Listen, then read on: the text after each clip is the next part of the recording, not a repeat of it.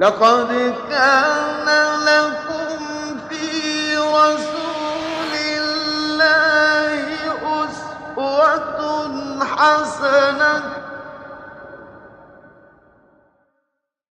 اعوذ باللہ من الشیطان الرجیم بسم اللہ الرحمن الرحیم اللہم صلی علی محمد وعلی آل محمد کما صلیت علی ابراہیم وعلی آل ابراہیم انک حمید مجید اللہم بارک علی محمد وعلی آل محمد کما بارکت علی ابراہیم وعلی آل ابراہیم انک حمید مجید۔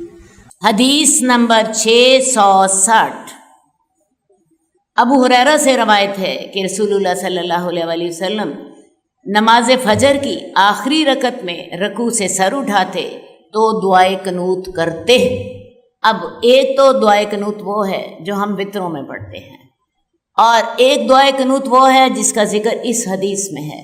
اس حدیث کو قنوت نازلہ کہتے ہیں، اس قنوت کو قنوت نازلہ کہتے ہیں۔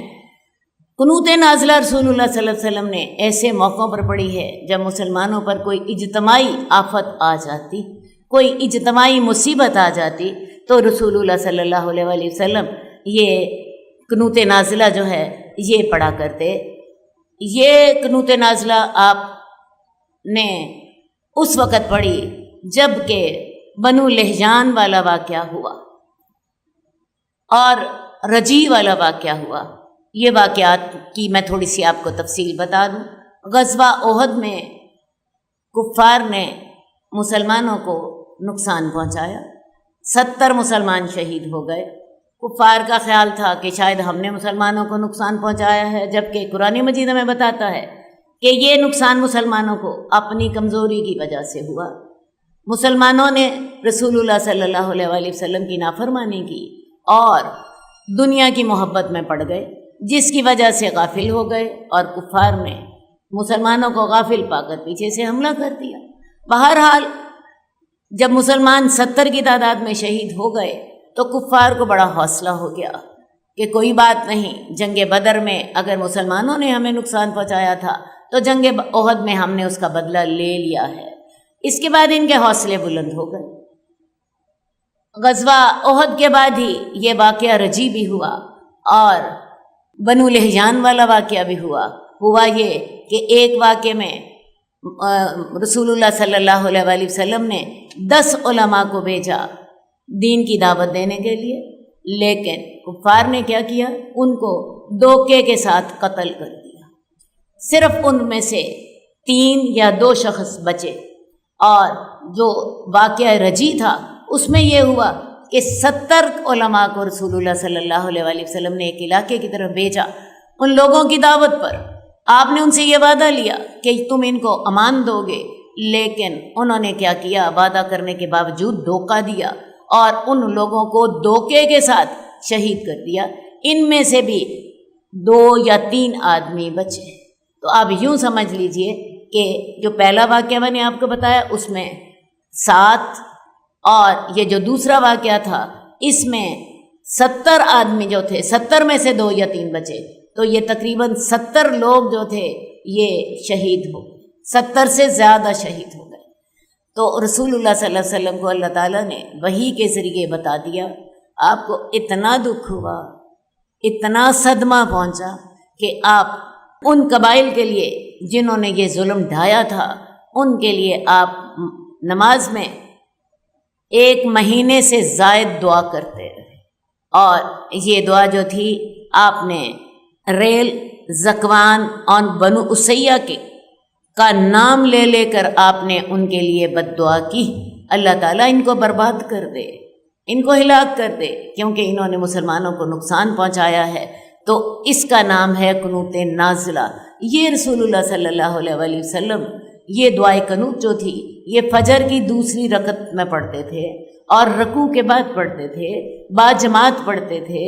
آپ جب رکوع کر لیتے تو اللہ اکبر کہہ کے آپ دعا کرتے، صحابہ آمین کہتے، اور آپ اس میں نام لے لے کر آپ نے بنو ریل اور بنو زکوان اور بنو اسیہ کا نام جو تھے کا نام لے لے کر آپ نے ان کی بد دعا کی، تو یہ قنوت نازلہ جو ہے یہ آج بھی پڑھی جا سکتی ہے مسلمانوں پر کوئی مصیبت آئے۔ جیسے آپ دیکھتی ہیں کشمیر میں مسلمانوں پر کوئی مصیبت آ جاتی ہے، فلسطین میں مسلمانوں پہ ظلم ہوتا ہے، تو آج بھی یہ قنوت نازلہ پڑھی جا سکتی ہے۔ رسول اللہ صلی اللہ علیہ وآلہ وسلم یہ دعا 1 مہینہ یا اس سے زائد تک کرتے رہے۔ حدیث نمبر 661 برا بن عازب کی حدیث ہے کہ رسول اللہ صلی اللہ علیہ وآلہ وسلم اس انداز میں رکوع کرتے کہ اگر آپ کی کمر پر پانی اڈیلا جاتا تو وہ بھی ٹھہرا رہتا۔ میرا خیال ہے میں نے آج بھی آپ کو رکوع کرنے کا صحیح طریقہ بتایا ہے، کل بھی بتایا تھا، اس لیے اب تو مجھے اس کی وضاحت کرنے کی ضرورت نہیں ہے، لیکن یہ میں نے حدیث اس لیے منتخب کی ہے کہ آپ کو پتہ چل جائے کہ ہماری کمر اتنی سیدھی ہونی چاہیے کہ اگر کمر کے اوپر پانی ڈالا جائے تو وہ وہیں ٹک جائے، وہ نیچے نہ گرے۔ اب جب ہم عام لوگوں کے رکوع کو دیکھتے ہیں تو اکثر لوگوں کی جو کمر ہوتی ہے نماز میں گول ہوتی ہے، اگر سیدھی بھی ہوتی ہے تو اتنی سیدھی نہیں ہوتی کہ اس کے اوپر سے پانی نہ بہے۔ تو ایسا کیجئے، آج ایک ایکٹیویٹی کر لیجئے، نماز میں ذرا اس کو جلدی ختم کر دوں گی تو میں آپ کو سکھاؤں گی کہ رکوع صحیح کیسے کرتے ہیں، ٹھیک ہے نا؟ یہ تھوڑی سی ایکٹیویٹی ہم کریں گے، اس کی وجہ یہ ہے کہ اس کے بغیر تو انسان کا رکوع آپ کو پتہ ہے تیسرا حصہ ہے نماز کا، یہ آج ہی ہم حدیث پڑھ چکے ہیں، تو اگر رکوع صحیح نہ ہوا تو پھر ہماری نماز جو ہے پتہ نہیں اللہ کے ہاں قبول ہوتی ہے یا کہ نہیں قبول ہوتی۔ تو نماز رکوع میں کمر سیدھی کرنا لازمی ہے انشاءاللہ تعالی۔ جیسا کہ میں نے آپ کو کہا، آج کلاس ختم ہونے کے بعد ہم یہ تھوڑا سا وقت اس پر بھی لگائیں گے، اللہ نے چاہا تو۔ حدیث نمبر 663 ابو رافع کی حدیث ہے کہ رسول اللہ صلی اللہ علیہ وسلم جب اذان سنتے تو کہتے جیسا کہ مؤذن کہتا تھا، یہاں تک کہ جب مؤذن حی علی الصلاۃ پر پہنچتا اور حی علی الفلاح پر پہنچتا تو آپ اس وقت لا حول ولا قوت کہتے۔ اذان کے بعد آپ صلی اللہ علیہ وآلہ وسلم پر درود بھیجیں اور مقام محمود کی دعا کریں۔ قیامت کے دن انشاءاللہ تعالی رسول اللہ صلی اللہ علیہ وسلم آپ کی سفارش کریں گے۔ حدیث نمبر 669 عبداللہ بن مسعود کہتے ہیں کہ رسول اللہ صلی اللہ علیہ وسلم جب رکوع کرتے تو آپ فرماتے سبحانک و بحمدک استغفرک و اتوب الیک، اللہ تو پاک ہے، میں تیری حمد کرتا ہوں، میں تیرے سے بخشش مانگتا ہوں اور میں تیرے سے توبہ کرتا ہوں۔ رکوع میں عام طور پر دعا کی اجازت نہیں ہے، لیکن رسول اللہ صلی اللہ علیہ وسلم سے یہ تسبیح رکوع میں ثابت ہے، لہٰذا آپ اس تسبیح کے ذریعے اللہ سے رکوع میں دعا بھی کر سکتی ہیں کہ سبحانک و بحمدک استغفرک و اتوب الیک۔ اس کے علاوہ رسول اللہ صلی اللہ علیہ وآلہ وسلم سجدے میں بھی یہ دعا کرتے۔ اس کے علاوہ سجدے میں آپ ایک اور تسبیح بھی کرتے، سبوحن قدوسن ربنا رب الملائکۃ والروح۔ بدل بدل کر اگر آپ تسبیحات پڑھیں تو نماز کے خشوع و خضوع میں اضافہ ہوتا ہے۔ اس کے علاوہ رسول اللہ صلی اللہ علیہ وآلہ وسلم سے سجدے میں ایک اور دعا بھی ثابت ہے، اللہم اغفر لی ذنبی کلہ دکہ و جلہ و اولہ و آخرہ و علانیتہ و سرہ، یعنی یہ تسبیح آپ سجدے میں کیا کرتے تھے۔ میں دوبارہ دہرا دیتی ہوں، اللہم اغفر لی ذنبی کلہ دکہ و جلہ و اولہ و آخرہ و علانیتہ و سرہ، اللہم اغفر لی ذنبی کلہ و دکہ و جلہ و اولہ و آخرہ و علانیتہ و سرہ۔ حدیث نمبر 670 یحییٰ بن یزید حنائی کہتے ہیں کہ میں نے انس بن مالک سے قصر نماز کے بارے میں سوال کیا کیونکہ جب میں کوفہ کی طرف سفر کرتا تو واپس آنے تک ظہر، عصر اور عشاء کی 2 رکعتیں پڑھتا۔ انہوں نے کہا جب رسول اللہ صلی اللہ علیہ وسلم 3 میل یا 3 فرسخ کی مسافت تک جاتے تھے تو قصر نماز پڑھتے تھے، اور ایک روایت میں ہے کہ 2 رکعتیں پڑھتے تھے۔ اب سوال یہ پیدا ہوتا ہے کہ وہ کتنی مسافت ہوگی جس کی بنیاد پر ہم قصر نماز پڑھ سکیں؟ تو یہاں پہ انہوں نے وہ مسافت بتائی ہے کہ رسول اللہ صلی اللہ علیہ وسلم جب 3 میل یا 3 فرسخ تک جاتے تھے تو قصر نماز پڑھتے تھے۔ ایک فرسخ میں 3 میل ہوتے ہیں، اور عربوں کا جو میل تھا وہ 2.5 کلومیٹر کے برابر ہوتا تھا۔ تو جب ایک فرسخ میں 3 میل ہوئے تو اس کا مطلب ہے کہ ایک فرسخ میں 7.5 کلومیٹر ہوئے، اور 3 میل جو ہے اس میں تقریباً 22 یا 23 کلومیٹر ہوئے۔ تو رسول اللہ صلی اللہ علیہ وآلہ وسلم اتنی مسافت پر قصر نماز پڑھا کرتے تھے۔ اصل بات یہ ہے کہ یہ جو قصر نماز کی مسافت کا معاملہ ہے یہ حالات کے ساتھ ہے۔ اب آج کل 22 یا 23 کلومیٹر جو ہے یہ ہمارے لیے تو مسافت ہوتی ہی نہیں ہے، ہم تو 10 منٹ میں اتنا سفر طے کر لیتے ہیں۔ ہمارے بچے بعض اوقات روز اسکول جا رہے ہوتے ہیں اور وہ روزانہ اتنا فاصلہ طے کر کے جا رہے ہوتے ہیں۔ تو اصل بات ہے اتنا سفر ہونا چاہیے جس کو سفر کہا جا سکے۔ آج کل علماء نے جو قصر کی نماز کے لیے فاصلہ طے کیا ہے وہ 48 میل ہے اور 65 کلومیٹر ہے۔ اتنا فاصلہ ہو تو آپ کو نماز قصر ادا کرنی چاہیے۔ اس کے علاوہ میں آپ کو ایک بات اور بھی بتاؤں کہ نماز میں قصر ادا کرنا اللہ کا تحفہ ہے۔ اللہ کو پسند ہے کہ انسان اللہ کا تحفہ قبول کرے۔ اگر کوئی شخص نماز قصر نہیں کرتا، پوری نماز پڑھتا ہے تو یہ اللہ کو پسند نہیں ہے۔ انسان نے اللہ کا تحفہ قبول نہیں کیا، لہٰذا افضل کیا ہے کہ انسان سفر کی حالت میں قصر نماز پڑھے۔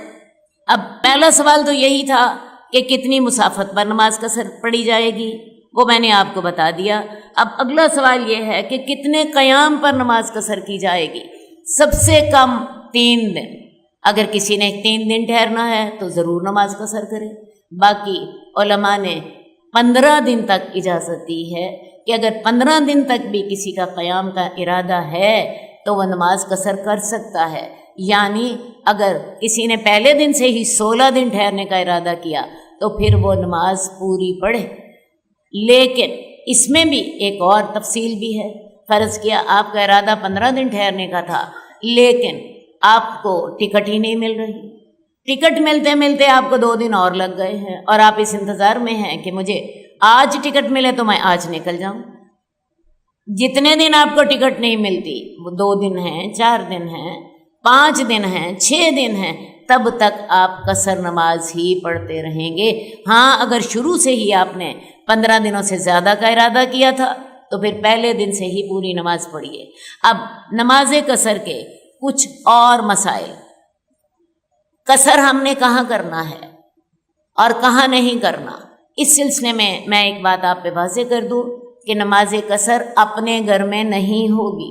مثال کے طور پہ ایک شخص اسلام آباد جا رہا ہے، اب وہ اپنے گھر سے نکلا، لاہور میں اپنے گھر سے نکلا، اسلام آباد میں بھی اس کا اپنا گھر ہے، وہ اپنے گھر میں جا کے ٹھہرا ہے، وہ نماز قصر نہیں کرے گا، کیونکہ اپنے گھر میں نماز قصر نہیں ہوتی۔ ہاں، وہ کسی کے ہاں مہمان ٹھہرا تھا، اپنے بھائی کے گھر، اپنی بہن کے گھر، یا کسی دوست کے ہاں، یا کسی ہوٹل میں، وہاں وہ نماز قصر کرے گا۔ لیکن اگر اسلام آباد میں اس کا اپنا گھر ہے تو وہاں اسے نماز پوری پڑھنی ہوگی۔ لیکن اس میں بھی میں آپ کو بتا دوں، وہ اپنے گھر سے جو نکلا ہے، وہاں سے لے کے وہ جو اسلام آباد میں اپنے گھر تک پہنچا ہے، یہ درمیان کا وقت سفر کا ہے، اس وقت میں وہ قصر نماز پڑھے گا۔ آپ کو پتہ ہے لاہور سے اسلام آباد جاتے ہوئے 4-5 گھنٹے لگتے ہیں، اس عرصے میں جو نماز ہوگی وہ قصر نماز پڑھے گا، کیونکہ دوران سفر نماز قصر ہوتی ہے۔ باقی وہاں پہ اس کا اپنا گھر تھا، وہاں پہ نماز قصر نہیں ہوگی۔ لیکن اگر اس کا اپنا گھر نہیں تھا تو پھر وہ وہاں بھی جا کے قصر نماز پڑھے گا۔ ایک اور بات جس کا عام طور پہ لوگوں کو علم نہیں ہوتا، لوگ کہتے ہیں کہ والدین کے گھر قصر نماز نہیں ہوتی۔ ارے بھئی اصول ایک ہی ہے، جو آپ کا اپنا گھر ہے وہاں نماز قصر نہیں ہوگی، لیکن جو آپ کا اپنا گھر نہیں ہے وہاں نماز قصر ہوگی۔ اب شادی کے بعد لڑکیاں میکے جاتی ہیں، اب والدین کا گھر اب ان کا اپنا گھر نہیں ہوتا، ان کا اپنا گھر وہ ہوتا ہے جہاں وہ شوہر کے ساتھ رہ رہی ہوتی ہیں، خواہ وہ ان کا سسرال ہو، خواہ وہ علیحدہ رہ رہے ہوں، وہ ان کا اپنا گھر ہوتا ہے۔ اب وہ والدین کے گھر آئی ہیں اور مہمانی کی حیثیت سے آئی ہیں۔ والدین کا گھر مانا ان کا شادی سے پہلے گھر تھا، لیکن اب وہ ان کی بھابھیوں کا گھر بن چکا ہے۔ بات سمجھ آئی ہے؟ اب ان کو وہ سکون وہاں پہ نہیں ہے جو سکون شادی سے پہلے انہیں اپنے گھر میں تھا۔ تو جو انسان کا اپنا گھر ہو وہاں پہ قصر نہیں ہوگی، والدین کے گھر میں قصر ہوگی۔ بعض لوگوں کا خیال ہوتا ہے کہ والدین کے گھر میں چونکہ عورتوں کا وراثت میں حصہ ہوتا ہے تو وہ ان کا اپنا ہوتا ہے۔ میں نے مانا وراثت میں حصہ ہوتا ہے، لیکن وراثت میں تو آپ کا ایک حصہ ہوا، باقی بہن بھائیوں کا بھی تو اس وراثت میں حصہ ہے اور وہ اس میں رہ بھی رہے ہوتے ہیں۔ تو وہ گھر، اب اس گھر میں آپ کو پوری نماز نہیں پڑھنی ہے۔ والدین کے گھر میں بھی اگر آپ 15 دن تک کے لیے آتی ہیں تو آپ کو قصر نماز ہی پڑھنی ہے۔ اصول ایک ہی یاد رکھیے کہ اپنے گھر میں قصر نہیں پڑھنی۔ اپنے گھر کے علاوہ جس گھر میں بھی آپ جائیں، وہ خواہ والدین کا گھر ہے، خواہ آپ کے بھائیوں کا گھر ہے، آپ کی بھابھیوں کا گھر ہے، وہاں پہ نماز قصر ہی ہوگی۔ اس کے علاوہ جب آپ اپنے گھر سے نکلتے ہیں، بعض لوگوں کا خیال ہے کہ اپنے شہر میں قصر نہیں ہوتی، اور میں آپ کو مثال سے سمجھاتی ہوں۔ آپ لاہور سے نکلتی ہیں، اسلام آباد کے لیے ہی آپ نکلی ہیں، تو جب تک آپ رابی کا پل عبور نہیں کر لیتی، آپ کا اپنا شہر ہے۔ اب آج کل شہر اتنے لمبے چوڑے ہو چکے ہیں کہ آپ کو لاہور سے نکلتے نکلتے 2 گھنٹے لگ جاتے ہیں۔ تو گھر سے جو ہی آپ نکلے آپ کا سفر شروع ہو گیا۔ کیا خیال ہے، سفر شروع ہوا یا نہیں ہوا؟ لاہور کی سڑکوں پہ اتنا رش ہوتا ہے کہ آپ کو بعض اوقات 2 سے 2.5 گھنٹے بھی لگ جاتے ہیں۔ تو میں آپ کو بتاؤں، آپ جو ہی گھر سے نکلیں گی آپ کا سفر شروع ہو جائے گا۔ اسی طرح اسلام آباد میں آپ اسلام آباد پہنچ گئے، پہنچنے کے بعد آپ کو اسلام آباد کی سڑکوں پر پھر 1.25 گھنٹہ لگ گیا اپنی جگہ پر پہنچتے ہوئے۔ تو وہاں بھی آپ جب تک گھر نہیں پہنچیں گی تب تک آپ کا سفر ہی ہوگا۔ تو ایک اصول یاد رکھیے، گھر سے نکلنے کے وقت سے لے کے اگلے گھر تک پہنچنے تک کا جو دوران سفر ہے، اس میں بھی نماز قصر ہی پڑھی جائے گی۔ تو اللہ تعالیٰ کی یہ رحمتیں ہیں، اللہ تعالیٰ کی طرف سے اس کو تحفہ سمجھ کر قبول کیجیے۔ اس کے علاوہ رسول اللہ صلی اللہ علیہ وسلم نماز قصر میں فرضوں کو آدھا کر لیتے تھے۔ ظہر کی نماز کے 2 فرض پڑھتے تھے، مغرب کی نماز کے 3 ہی فرض ہوتے تھے کیونکہ وہ کم نہیں ہو سکتے، عصر کی نماز کے 2 فرض، عشاء کی نماز کے 2 فرض۔ تو ان سے قبل سنتیں اور نوافل بھی آپ سفر میں نہیں پڑھتے تھے، لیکن تہجد کی نماز آپ سے سفر میں پڑھنا ثابت ہے۔ تو قصر نماز سے قبل اور بعد والی سنتیں آپ نہیں پڑھتے تھے۔ ہاں، فجر کی جو 2 سنتیں ہیں، پہلی 2 سنتیں، آپ کو پتہ ہے فجر میں 2 سنتیں اور 2 فجر ہیں، وہ آپ سفر میں بھی نہیں چھوڑتے تھے۔ تو ان سارے مسائل کو اچھی طرح ذہن نشین کر لیجئے۔ حدیث نمبر 681 حضرت عروہ بن زبیر سے روایت ہے۔ وہ ایک صحابی رسول سے روایت کرتے ہیں کہ رسول اللہ صلی اللہ علیہ وسلم ہمیں حکم دیتے تھے کہ ہم اپنے محلوں میں اچھے انداز میں مساجد تعمیر کریں اور انہیں پاک اور صاف رکھیں۔ اب دیکھیے جی، مسجدیں بنانا بڑا برکت والا کام ہے۔ حدیث میں آتا ہے جس نے اللہ کے لیے مسجد بنائی، اللہ اس کے لیے جنت میں گھر بنائیں گے۔ تو لہٰذا جس کو جنت میں گھر چاہیے اسے چاہیے کہ وہ اللہ کا گھر دنیا میں بنا۔ اللہ کا گھر بنانا اتنی بڑی سعادت کی چیز ہے۔ اب یہ ہے کہ محلوں میں گھروں کے قریب قریب مسجدیں بنائیں، کیونکہ جب انسان نے 5 وقت نماز پڑھنی ہوتی ہے، اگر گھر کے قریب مسجد ہوگی تو انسان کو جانا آسان ہوگا، اور اگر گھر سے دور مسجد ہے تو پھر انسان کو دن میں 5 دفعہ جانا مشکل ہو جائے گا۔ اس لیے رسول اللہ صلی اللہ علیہ وسلم حکم دیتے تھے کہ اپنی اپنی جو حویلیاں ہیں، حویلیاں آپ کو پتہ ہے کیا ہوتی ہیں؟ ایک ہی بڑا سا گھر ہوتا ہے اور اس گھر میں پورا خاندان رہ رہا ہوتا ہے، بعض اوقات اس کے 8 یا 10 گھر بھی اس حویلی کے اندر ہوتے ہیں۔ تو اللہ کے رسول حکم دیتے تھے کہ اپنی اپنی حویلیوں میں ایک مسجد بناؤ تاکہ قریب کے لوگوں کو آنے کا فائدہ ہو۔ اور میں سوچتی ہوں کہ آج کل اگر اس حدیث پر عمل کرنا ہے تو بڑا عمل کرنا آسان ہے۔ ایسا کریں کہ جو لوگ اپنا کنال کا گھر بنا رہے ہیں وہ لوگ بھی ایسا کریں کہ باہر کی طرف ایک کمرے کی مسجد بنا لیں، ایک کمرے کی مسجد بنا لیں۔ جیسے آج کل ہم دیکھتے ہیں کہ ہم جب جا رہے ہوتے ہیں، موٹر وے پہ جا رہے ہوتے ہیں، ایک ایک کمرے کی مسجد بنی ہوتی ہے اور اس مسجد میں سے لوگ فائدہ اٹھا رہے ہوتے ہیں۔ بڑے خوبصورت انداز میں انہوں نے ایک کمرے کی مسجد بنائی ہوتی ہے۔ تو ایک کنال کا اگر آپ گھر بنا رہے ہیں تو اس میں سے باہر کے طرف ایک کمرہ جو ہے اس کو مسجد کے لیے وقف کر دیں، اس میں ایک مؤذن رکھیں، وہ 5 وقت اذان دے، قریب قریب کے لوگ آ کے نماز پڑھ لیں۔ نہ بڑی مسجد بنائیے، ایک کمرے کی مسجد بنا لیں، کم از کم آپ کی اپنی نمازیں باجماعت ہو جائیں گی، آپ کے بچے نمازی ہو جائیں گے اور قریب کے ہمسائے آپ کو دعا دیں گے۔ کیا خیال ہے، یہ کام پاسبل ہے یا نہیں؟ ایک کمرے کی مسجد بنانا، اور اس کو ہر شخص بنا سکتا ہے۔ اپنے گھر کے اندر بنا لیجئے، اس کو راستہ باہر سے دیں، لوگ باہر سے آئیں، آپ اپنے گھر سے آئیں، وہاں پہ نماز ادا کریں، اور اسی جو مسجد ہے اسی میں سے ساؤنڈ سسٹم کے ذریعے اپنے اندر خواتین کے لیے باجماعت نماز ادا کرنے کا سسٹم بنا دیں، سارا گھر وقت پر اور باجماعت نماز ادا کرے۔ کون کون کرے گا؟ کس کس کو میری بات سمجھ آئی ہے؟ پہلے یہ بتاؤ، ایسا کیا جا سکتا ہے کہ نہیں؟ ایک کمرہ باہر کی سائڈ پہ جس کا دروازہ باہر کی جانب کھلتا ہو، ایک بندہ اس کے لیے رکھیں، وہ اذان دے، 5 وقت جماعت کرائے۔ آپ بھی اس میں حصہ لے سکتے ہیں کہ جب اللہ آپ کو توفیق دے تو آپ خود بھی جماعت کرائیں، باقی جمعے کے لیے جامع مسجد میں چلے جائیں۔ تو یہ طریقہ باجماعت نماز پڑھنے کے لیے بڑا آسان ہے۔ تو رسول اللہ صلی اللہ علیہ وسلم ہمیں حکم دیتے تھے کہ ہم اپنے محلوں میں اچھے انداز میں مساجد تعمیر کریں اور انہیں پاک اور صاف رکھیں۔ مسجد کی صفائی جو ہے یہ بھی ایک بڑا عظمت والا کام ہے۔ آپ کو پتہ ہے اللہ تعالیٰ نے حضرت ابراہیم کو اور اسماعیل کو حکم دیا تھا ان طہرا بیتی للطائفین والعاکفین والرکع السجود، کہ ابراہیم اور اسماعیل کو اللہ تعالیٰ نے حکم دیا تھا کہ میرے گھر کو طواف کرنے والوں کے لیے، اعتکاف کرنے والوں کے لیے، رکوع اور سجدہ کرنے والوں کے لیے پاک اور صاف رکھو۔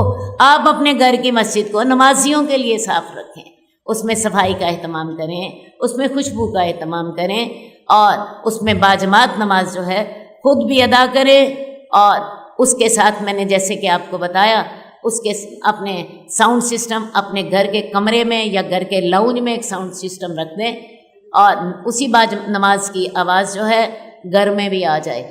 اللہ کے رسول اور صحابہ کے دور میں یہ سہولتیں نہیں ہوتی تھیں، آج اللہ نے ہمیں یہ سہولتیں دی ہیں، تو ان سہولتوں کو کیوں نہ دین کے لیے استعمال کیا جائے۔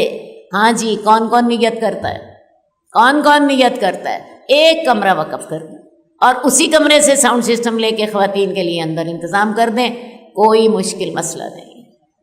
حدیث نمبر 686، ابو سعید خدری کہتے ہیں کہ رسول اللہ صلی اللہ علیہ وسلم عید الاضحیٰ اور عید الفطر کے دن نکلتے اور اس دن کی ابتدا نماز کے ساتھ کرتے۔ جب نماز پڑھ لیتے، سلام پھیر دیتے تو کھڑے ہو جاتے، لوگوں کی طرف متوجہ ہوتے، لوگ اپنی اپنی طرف اپنی اپنی جگہ پہ بیٹھے ہوتے۔ نماز عیدین پڑھانے کا طریقہ میں نے کل آپ کو بتایا تھا۔ نماز عیدین میں تکبیریں ہوں گی، پہلی رکعت میں 7 تکبیریں، دوسری رکعت میں 5 تکبیریں، اور جب اللہ کے رسول یہ نماز پڑھا لیتے تو آپ لوگوں کی طرف منہ کر لیتے، لوگ ابھی اپنی اپنی جگہوں پر بیٹھے ہوتے، اور اس وقت اللہ کے رسول خطبہ دیتے، یعنی نماز پہلے ہوگی، خطبہ بعد میں ہوگا۔ اگر کسی لشکر کو بھیجنے کی ضرورت ہوتی تو لوگوں کے سامنے اس کا تذکرہ کرتے اور اس لشکر کو طے کر دیتے۔ اس کے علاوہ جو بھی حاجت ہوتی اسے لوگوں کے سامنے بیان کرتے۔ تمام اہم معاملے اللہ کے رسول صلی اللہ علیہ وآلہ وسلم اپنے عید کے خطبے میں لوگوں کو بتاتے۔ اس دور میں میڈیا نہیں تھا، تو اس دور میں رسول اللہ صلی اللہ علیہ وسلم اس موقع سے فائدہ اٹھاتے۔ حج کے موقع، عید کے موقع پر چونکہ لوگ زیادہ تعداد میں اکٹھے ہوتے ہیں، تو اللہ کے رسول صلی اللہ علیہ وسلم اہم معاملات جو تھے لوگوں کے سامنے رکھتے۔ کسی لشکر کو بیچنا ہوتا تو اسے بیچ دیتے، باقی اہم معاملات ان کے سامنے رکھتے۔ اسی طرح رسول اللہ صلی اللہ علیہ وسلم جب مردوں کو خطبہ دے لیتے تو عورتیں بھی نماز عیدین میں شریک ہوتی۔ عورتوں کی جو جگہ ہوتی وہ مردوں سے اتنی دور ہوتی کہ پردے کا معاملہ نہ ہوتا۔ آپ عورتوں کی طرف تشریف لاتے، عورتوں کو علیحدہ خطاب فرماتے، اور اس دن کے خطاب میں آپ نے یہ خطاب فرمایا کہ اے عورتوں کی جماعت، صدقہ کیا کرو۔ تو عورتیں جو تھیں پھر اپنے زیورات سے صدقہ کر دیتی، کیونکہ وہی ان کے پاس اس وقت ہوتا۔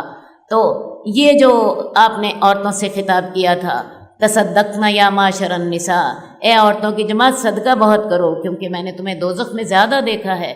تو یہ آپ نے عید کے اجتماع میں ہی خطاب فرمایا تھا۔ تو عیدین کی نماز میں عورتیں شامل ہوتی تھیں اور آپ انہیں نیکی کی نصیحت فرماتے۔